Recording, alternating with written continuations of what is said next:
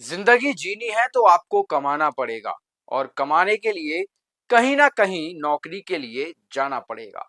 लेकिन क्या हो जब नौकरी के लिए तो जाएं, पैसे भी कमाएं, लेकिन किसी कारणवश खुद की जान भी गंवाएं। बताऊंगा पूरी कहानी, उससे पहले मैं राहुल लोधी आपका स्वागत करता हूं एक संदेश पर। किस्सा कुछ ऐसा है कि एक युवक गिरीश ढकनगला निवासी नरोरा बुलंदशहर घर से जाता है किसी एक company 66 MGD water treatment plant Chandu Badhera Gurugram में। तो वहां नौकरी करता है और घर वाले भी बेचिंतित आराम से यह सोचकर रहते हैं कि हमारा बेटा भाई या पति कहीं नौकरी कर रहा है। लेकिन एक सुबह उन्हें फोन आता है और पूरा परिवार सन्न रह जाता है, क्योंकि फोन पर उन्हें बताया जाता है कि उनका बेटा कंपनी की तीसरी मंजिल से। जैसे ही उन्हें यह पता चलता है तो परिवारजन उस जगह चले जाते हैं जहां पर यह हादसा गिरीश के साथ हुआ। लेकिन दी गई तहरीर में मृतक के पिता का आरोप है कि जब वह हॉस्पिटल पहुंचे तो उनका बेटा पहले से ही मृत पाया गया, और यदि व्यक्ति छत से गिरता है तो कुछ ना कुछ चोट अवश्य आती है। लेकिन ऐसा पूरी बॉडी पर कोई चोट का निशान नहीं दिखा, जिससे यह पता लग सके कि यह एक हादसा था, मर्डर नहीं। जी हाँ, मर्डर।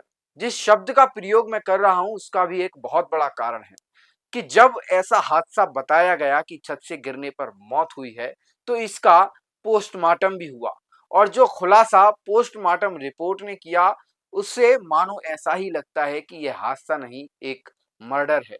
बहरहाल यह मर्डर है या हादसा, इसकी जांच तो पुलिस ही करेगी। लेकिन जिस प्रकार से पोस्टमार्टम रिपोर्ट में बताया गया है, यह बयां कुछ और ही कर रही है कि यह हादसा नहीं, एक सोची समझी साजिश है, किसी भी कारण स्वरूप एक जानलेवा हमला है।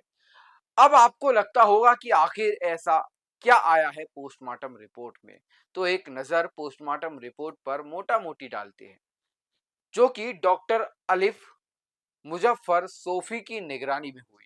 और यह रिपोर्ट बताती है कि मृत्यु कुंद बल के प्रभाव के परिणाम स्वरूप पेट में लगी चोट के कारण हुई है, और यह चोट मृत्यु से पहले ही लगी है। और इसमें चोट और मृत्यु के बीच का जो संभावित समय है वो 12 घंटा बताया गया है। अब थोड़ा सा गहरी सांस लीजिए कि क्या छत से गिरने पर ऐसा संभव है?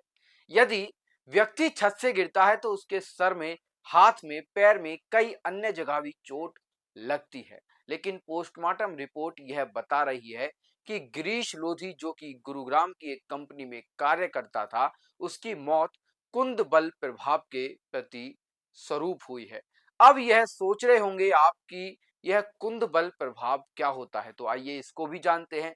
कुंद बल का अर्थ है शरीर पर बिना चीरा लगाए लगने वाली चोट। इसे गैर भेदक आघात भी कहा जाता है। यह किसी वस्तु के शरीर से टकराने या किसी सतह पर लगने के कारण होती है, लेकिन चोट लगने पर त्वचा या शरीर की सतह में छेद नहीं होता।